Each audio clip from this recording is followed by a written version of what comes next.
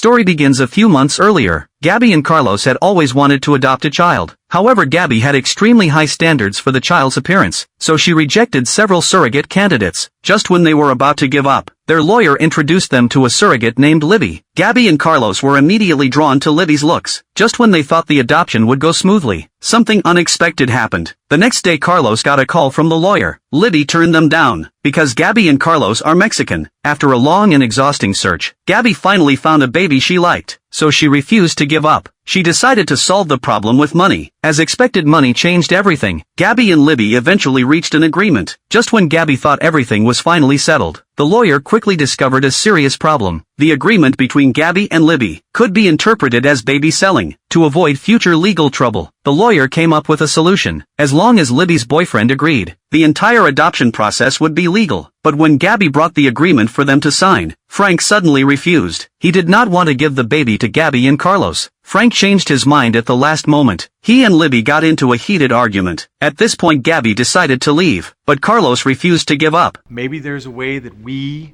can work this out together? There's nothing to work out. If Frank is not on board with this, it's over. Wait, it doesn't matter what he wants. Why not? Because it's not your baby. Okay, wait, if it's not Frank's, then whose is it? I'm not sure. All I know is I got pregnant right after I worked at the Calgary Rodeo, and I was very popular there. So what are you saying? You screwed a bunch of cowboys? You have your hobbies, and I have mine.